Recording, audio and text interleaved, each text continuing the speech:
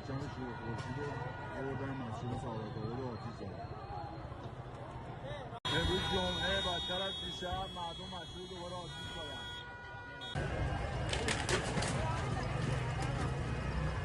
آقا اسم همین